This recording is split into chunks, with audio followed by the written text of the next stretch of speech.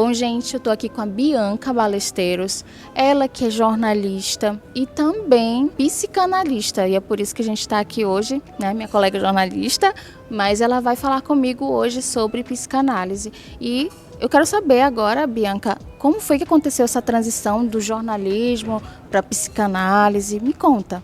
Então vamos lá. Eu sou jornalista, como você falou, de formação e trabalhei muitos anos com televisão. Gosto muito da área, mas desde o início eu busquei o jornalismo para que ele me credenciasse a escrever. Sempre foi uma paixão, eu tenho alguns livros publicados, quero publicar outros ainda. E eu acabei indo para uma área de comportamento. Eu sempre caía, coincidentemente, ou sincronicamente, como Jung dizia, eu acabei escrevendo mais sobre temas relacionados a comportamento. E aquilo começou a me chamar a atenção, eu fui tomando gosto, e estudando, e lendo, e participando de eventos, sempre no backstage, como jornalista. Mas aquilo foi tomando uma proporção e uma paixão na minha vida que simplesmente eu mudei radicalmente de área, fui estudar. Hoje eu sou psicanalista clínica, especialista em psicologia clínica também infantil e fazendo agora um mestrado em psicossomática, que é uma área que é importantíssima, porque fala das doenças psicológicas, o quanto a nossa mente, o nosso emocional condiciona o soma, o corpo. Começa na psique e vai para o soma, que é o corpo. Então é uma área que eu gosto demais. Interessante, porque você falou aí que se interessava por temas comportamentais e assim, eu super me identifico com você nesse sentido, porque eu trabalhei em redação, em jornal e assim, aquela loucura me deixava muito acelerada e tanto que eu tive também transtorno de ansiedade por conta do trabalho.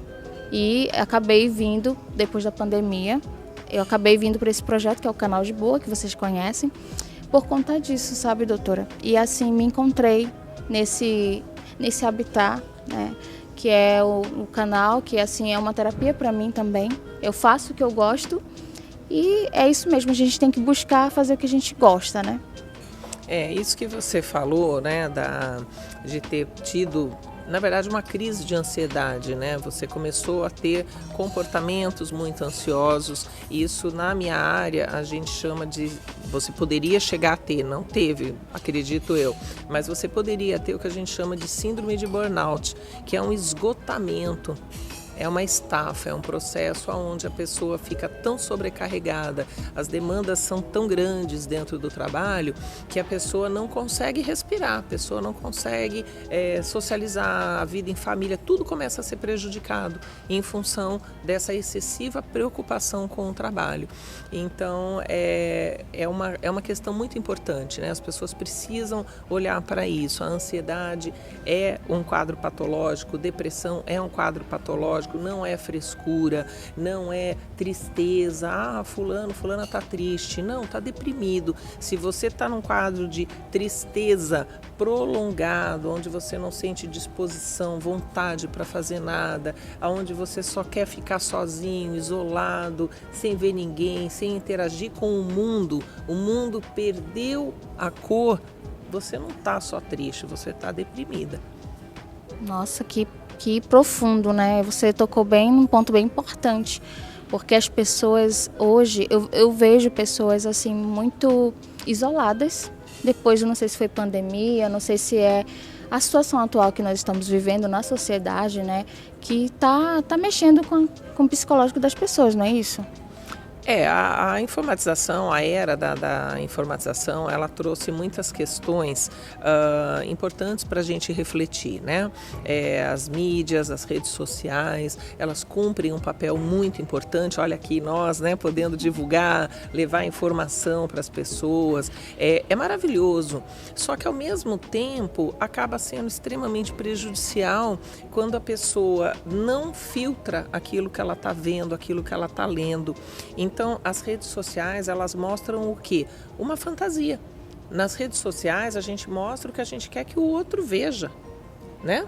Então a gente não vai mostrar roupa suja para lavar, a gente não vai mostrar briga com o marido, boleto para pagar, a gente mostra viagem, restaurantes, momentos felizes. Coisas boas, né? Coisas boas da vida, porque quem quer ver gente chorando, gente triste, gente infeliz? Ninguém vai prestar atenção, né? E esse é o maior problema, né? Justamente não prestamos atenção naquelas pessoas que estão gritando silenciosamente, pedindo ajuda, né? E aí as pessoas se comparam, as pessoas estão ali rolando a barra, né, do Instagram, e aí, puxa vida, minha vida não é tão incrível assim. Eu não vou para as Maldivas nas férias, eu não tenho um carro importado, ou eu não tenho esse carro, ou eu não tenho esse marido, essa família tão linda, família Doriana, como a gente brinca, né?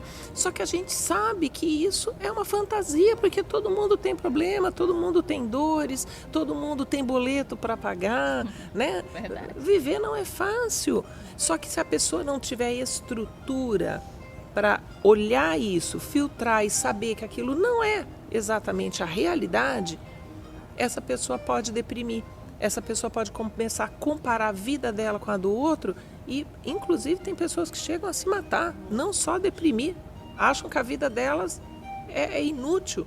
A ditadura da felicidade, com certeza. Hoje a gente vive a ditadura da felicidade, a gente vive a ditadura da beleza, né? Você tem que ser magra, você tem que estar bem, você tem que estar bonita, você tem que estar feliz, né? Eu admiro muito o trabalho de um grande psicanalista, que é o Contado Caligares, que ele dizia: eu acho uma pena, um desperdício as pessoas não se permitirem ficar tristes. Porque a tristeza, ela vai colocar para fora aquela dor. Você vai entrar em contato com esse sentimento e ter a possibilidade de elaborar. Tudo aquilo que a gente fala, que a gente verbaliza, a gente dá um destino. A gente ressignifica. Agora, quem cala? Palavras, doenças, são palavras não ditas. Quando a gente não fala aquilo que a gente está sentindo, a gente vai adoecer. E assim, o que hoje as pessoas mais procuram no consultório? Quais são os problemas mais procurados, assim, digamos, para serem resolvidos com você? Olha, eu acho que a demanda número 1, assim, ganha em disparada é realmente a ansiedade, justamente em função dessa mídia, dessa vida acelerada que todos nós estamos tendo, né? Antes a gente só atendia o telefone se estava em casa, né? Ou se queria falar com a gente, a pessoa ligava no trabalho. Hoje você não vai ao banheiro sem que alguém não esteja falando com você. A gente não tem mais paz, a verdade é essa. Não existe mais privacidade. Das 7 da manhã à meia-noite, 1h da manhã, nós estamos conectados, né? Ainda que virtualmente. Então, isso gera muita ansiedade nas pessoas. Eu tenho que entregar, eu tenho que corresponder, eu tenho que ser igual àquela atriz bonita, aquela modelo. Eu preciso postar, né? Logo que eu, né? As pessoas têm isso também, né? Nossa, esse é um outro, já é um segundo vício, é um segundo problema. É como se fosse uma segunda vida que você tem, que é a vida digital ali no virtual, né? Que você tem que administrar e ficar atualizando. Mas nem todo mundo pensa assim também, né, doutora? Sim, graças a Deus, né? Mas a maioria das pessoas, a gente percebe, por exemplo, você vai a um show, você não vê as pessoas curtindo o show, assistindo o show. Tá todo mundo lá com o celular assim, ó, tentando filmar tudo. Para quê? Para mostrar para os outros que foi ao show. Acho bacana, posto também, como não, é um artista que eu gosto, quero registrar aquele momento, quero poder compartilhar eventualmente com quem não pôde ir ao show, mas eu faço ali 2, 3 takes, 2, 3 fotos e aproveito a noite, aproveito o show. Mas a gente percebe, inclusive assim, em restaurantes como que nós estamos aqui, famílias inteiras, cada um sentado com o seu celular na mão. As pessoas não conversam mais. Isso é muito triste, né? O que você acha que pode melhorar para conscientizar as pessoas que hoje a gente está vivendo, na verdade, um caos da informação? Eu vejo assim, né? Eu acho que o primeiro passo é realmente filtrar. Eu gosto muito dessa palavra, sejamos filtros e não esponjas. Então a gente tem que procurar avaliar o que é realmente informação pertinente, o que é importante para você, o que agrega na sua vida, o que soma, né? Tem pessoas que falam, eu sigo um personal, ou eu sigo um hairstylist, ou eu sigo um youtuber, um influencer, né? Só que às vezes não é o profissional ideal para você se inspirar ou para você basear a sua vida, porque cada um tem um padrão de vida, cada um tem um tipo físico, então não dá para a gente querer ser igual às outras pessoas, né? Nós somos únicos, somos seres diferentes por natureza, não existem duas pessoas iguais, então é evitar se comparar. É evitar comparar a sua vida com a vida da outra pessoa. Eu acho que quando a gente faz isso, a gente perde, porque vocês já devem ter ouvido a famosa frase, a grama do vizinho é sempre mais verde, né? Por que a grama do vizinho é sempre mais verde? Porque você não está da porta para dentro para saber quais os problemas que ele tem, quais as lutas que ele enfrenta. Então você sempre vai achar que a vida do outro é melhor que a sua, é mais fácil, e não necessariamente. Então se a gente tem que se comparar com alguém, com você mesmo, mas com a versão anterior sua. Se compare sempre com você mesma, como eu fui no passado, como eu era ontem, semana passada, ano passado, hoje eu sou uma pessoa melhor. Eu acho que isso alivia muito, isso ajuda muito a não ter tantas expectativas, a não criar tantas ilusões. Bianca, você tocou num ponto importante. Existe também essa era de influência digital muito grande. E isso me preocupa um pouco, porque, querendo ou não, nossos filhos estão na internet, né? Olhando o que o influencer ou a influencer está fazendo e querendo copiar e ter o mesmo estilo de vida. O que você acha disso? Eu acho que eu atendo crianças a partir de 10 anos, adolescentes, é um público que infelizmente está chegando muito ao consultório, né? Antigamente a gente não tinha uma demanda tão grande, né, de crianças precisando de acompanhamento psicológico, e hoje é quase que normal, né? Normatizou você atender crianças com crise de ansiedade, crianças com dificuldade de aceitar limites, com baixíssima tolerância à frustração.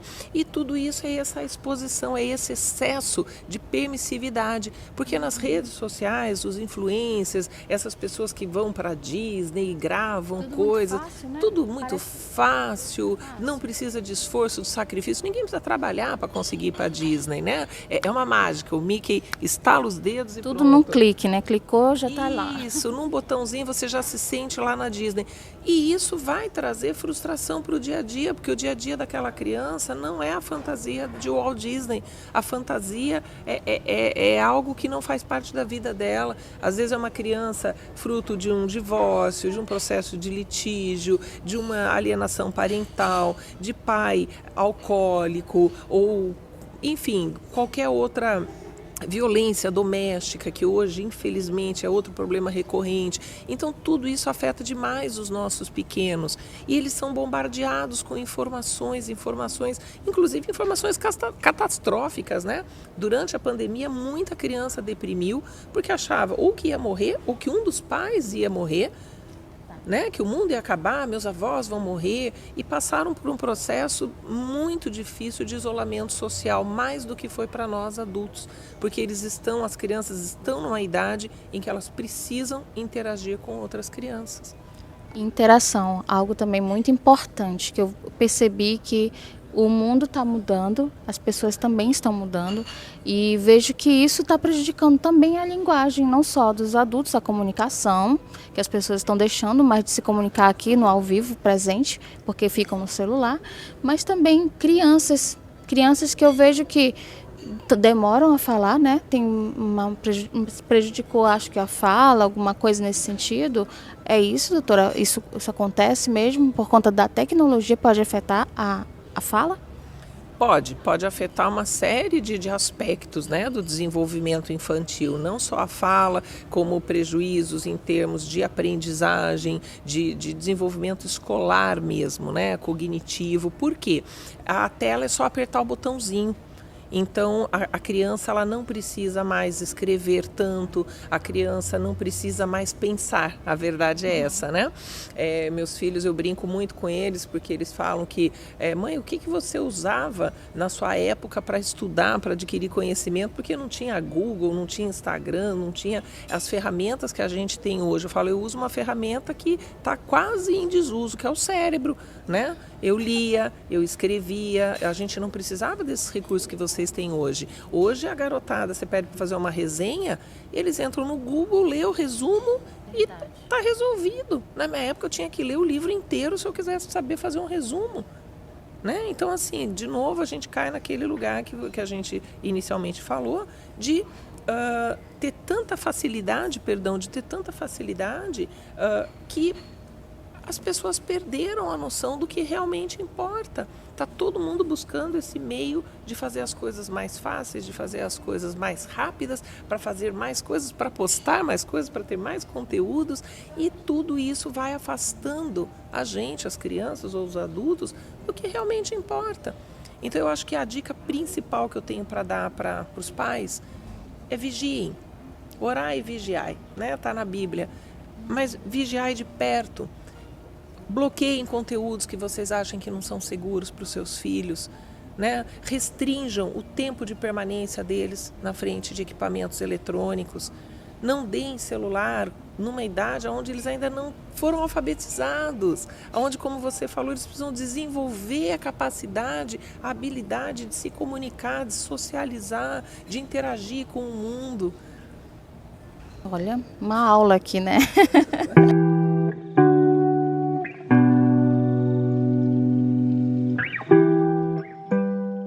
Bianca, sobre esses fatos que estão recorrentes acontecendo, sobre os ataques nas escolas, isso prejudicou muito, né, um cenário chamado educação e segurança. E o que você tem a dizer sobre isso? O que está havendo com os jovens, os adolescentes?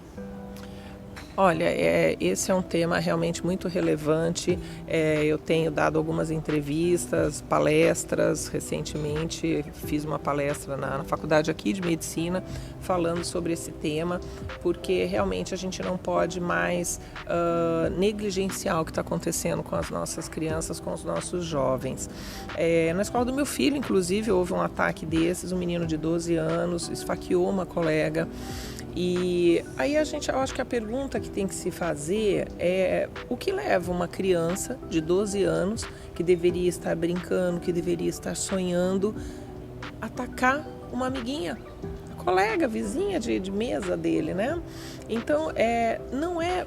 Obviamente que pode haver um transtorno mental, a criança pode ter um processo químico, mental que acarretou esse tipo de ocorrência. Mas a gente tem que pensar que essa criança é uma criança que está em sofrimento.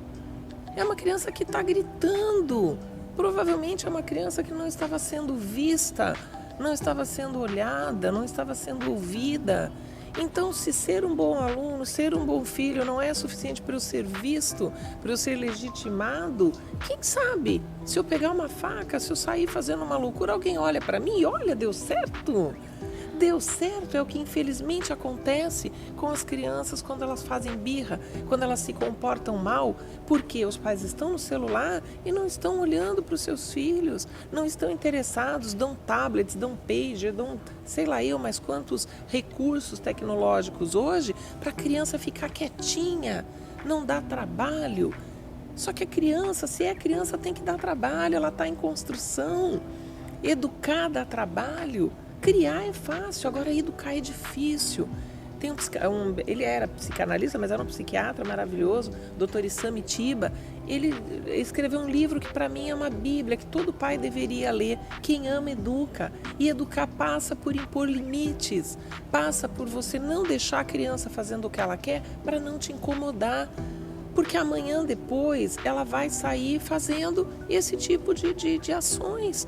Então, hoje esse é um menino que foi recolhido, né, foi apreendido por uma instituição socioeducacional, mas faltou o básico, faltou amor, faltou realmente a presença, afeto, seja da escola, seja dos pais, mas essa criança estava pedindo socorro. Triste situação, e eu espero profundamente que, né, a sociedade, no modo geral, desperte para essa situação. Eu acredito que as pessoas estão prestando atenção mais nisso, né? Mas o que me preocupa também é que às vezes as pessoas vão deixando para lá e depois volta de novo, né? Isso é complicado. É a questão do bullying. Esse menininho de 12 anos que foi apreendido, ele falou, né, quando foram conversar com ele, quando finalmente chamaram uma psicóloga para assisti-lo, ele disse que ele já vinha pedindo ajuda há muito tempo, que ele reclamava para os pais, que ele reclamava para a escola. Os próprios pais, ele dizia que se sentia que o bullying era em casa. Dentro da própria casa ele se sentia atacado, se sentia desmerecido. Excluído, né? Excluído, negligenciado. E aí chegava na escola, de novo isso se repetia. Quer dizer, a criança ela não tem repertório, a criança ela não tem ferramentas para lidar com as coisas que acontecem no mundo exterior e no mundo interior dela. Então ela vai pedir socorro de que forma? Ela vai fazer birra.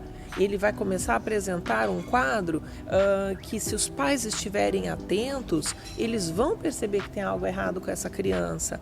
A criança ela para de comer, ou ela começa a comer demais, a criança começa a ter pesadelo, a criança começa a ter enurese noturna, fazer xixi na cama, ela começa a ficar mais agressiva. O primeiro lugar a detectar que algo está indo mal com a criança é o rendimento escolar dela, que vai ser afetado. Como que ninguém vê isso? Como que ninguém está olhando para essa criança? Todos esses sintomas estão mostrando que algo vai mal dentro dela, algo na vida dela não vai bem, mas ninguém viu, ninguém percebeu. Então eu acho que os jovens estão gritando, é a impressão que eu tenho. E com certeza os adultos observando essa situação, vendo uma criança agindo dessa forma, tá querendo chamar atenção, menino tolo, mimado, mal criado. Então, prestem atenção, né? Os pais têm que prestar atenção nisso, porque não é bem assim. Às vezes falta de amor, como você falou, falta de atenção, de cuidado.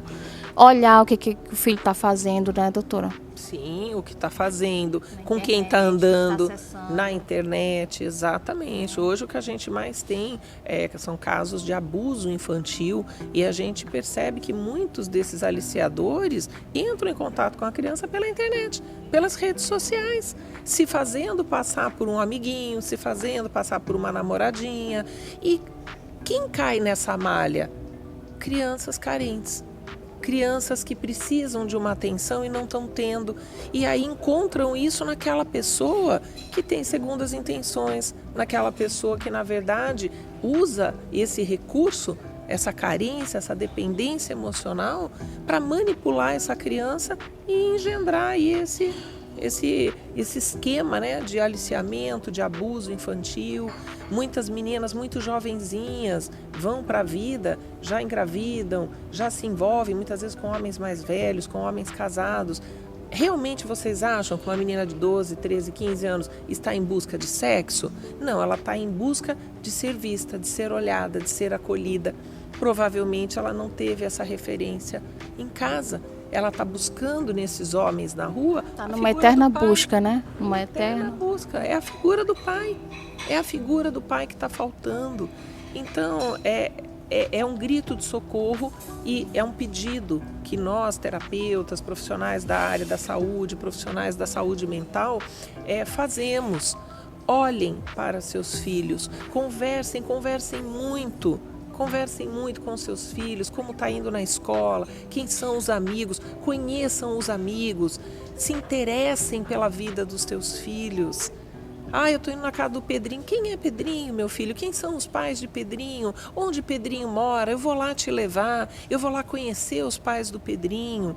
Saiba com quem seu filho está andando. Nós somos a média das 5 pessoas com as quais a gente mais se relaciona. Então, se seu filho está andando com drogados, com desempregados, não que desempregado seja algo nocivo, mas pessoas que não estão interessadas em ter uma ocupação, é diferente. Então, se seus filhos estão andando, adolescentes, com pessoas com vícios, com dependências, pessoas que não têm ocupação, pessoas que não têm visão de mundo, não têm interesses, o que essas pessoas podem agregar para a vida dos teus filhos?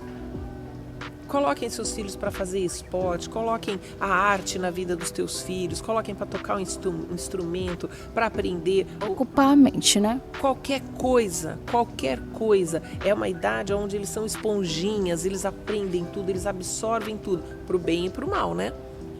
A doutora já deu a solução aí, tá vendo, pais? Então, preste atenção, né, para vocês cuidarem melhor dos filhos, estarem atentos a esses sinais, que o corpo e a mente também dão sinais, né, doutora? Agora, outro assunto importante, a gente conversou sobre esses assuntos, mas depressão, que é uma coisa comum, que já se tornou comum hoje em dia, o que pode se fazer diante de uma situação dessa? A pessoa não quer sair, se isolou, e aí, claro que tem que buscar tratamento, primeiro passo, né? E quais seriam os outros passos, doutora? Eu acho que o primeiro passo, efetivamente, é identificar, né, que está havendo um processo depressivo, né? Não banalizar. A maior parte das pessoas ainda hoje vê a depressão como frescura.